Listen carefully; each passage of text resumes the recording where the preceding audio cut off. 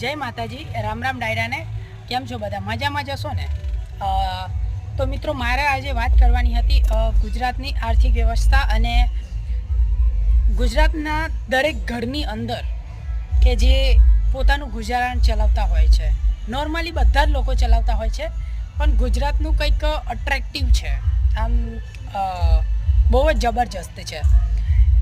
એક સર્વે અનુસાર એવું કહેવામાં આવ્યું હતું કે ગુજરાતની જે આર્થિક સ્થિતિ છે દરેક ઘરની, તે એવરેજ જે હોય છે પર્સન, એને દર મહિને 46,000ની જરૂર પડતી હોય છે પોતાનું ગુજરાન ચલાવવા માટે. એમાં ઘરના તમામ ખર્ચો આવી જાય છે.